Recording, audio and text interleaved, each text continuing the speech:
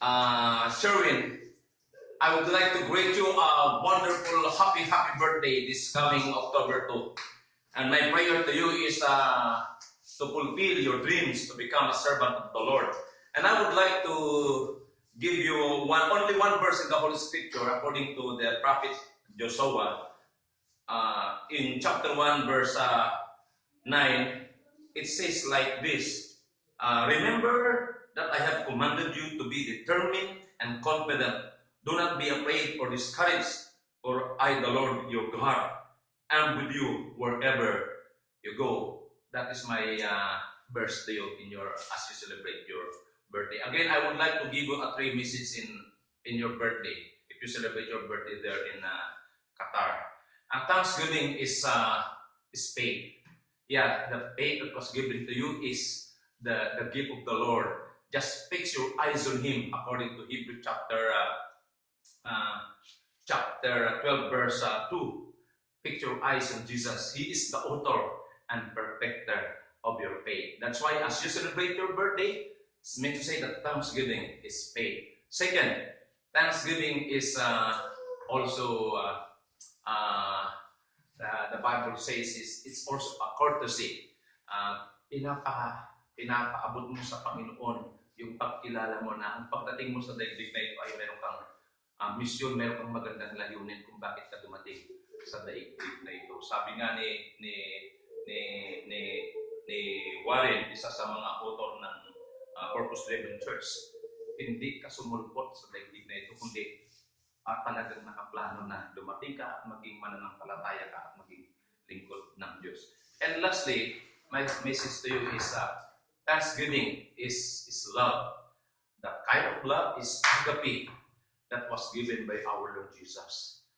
Nung namatay siya sa krus, pinahayag niya yung pagmamahal niya sa iyo nung makilala mo siya bilang Panginoon at tagapagligtas.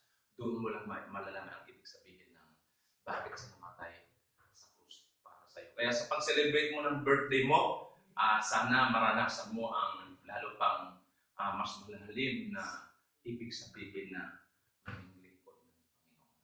Again, have many more birthdays to come, and sana lalo mong maranasan ang magandang tao ng Diyos. Bakit ikaw ay magiging... Bro, maligayang kaarawan.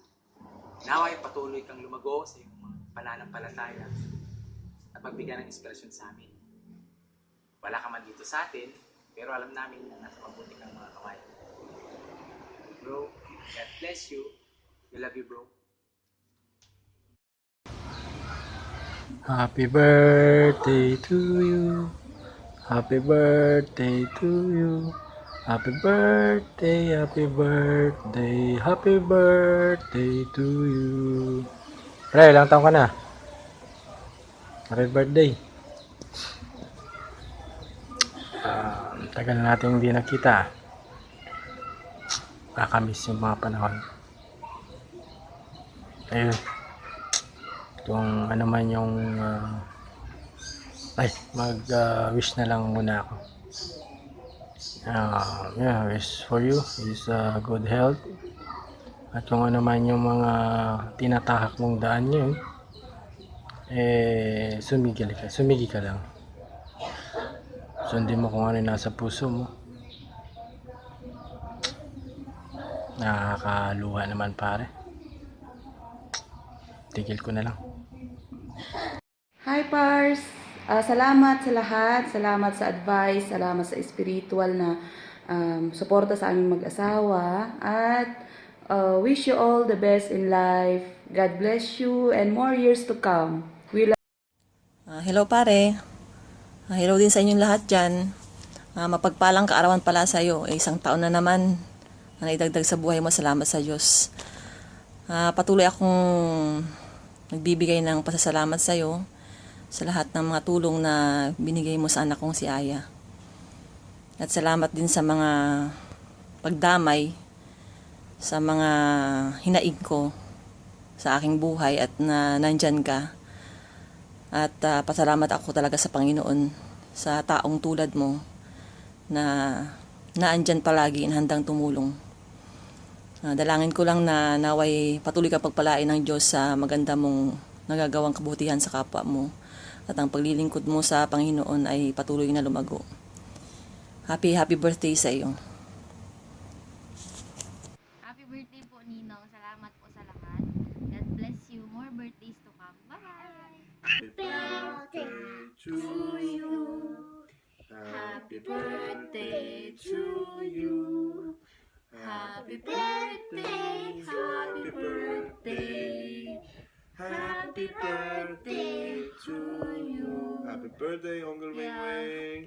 There's a cake Love for you. you. Okay, blow the cake. Blow the Push. cake. Thank you for the cake.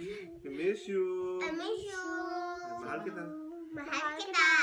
I love you. I love you. Louie, happy birthday. Dalawa kay ni Yana. Wish ko lang sa'yo, good health kayo palagi. At nandito lang kami palagi nakasuporta sa'yo. Mahal na mahal namin kayo. Birthday. Pati si Apo, happy birthday din.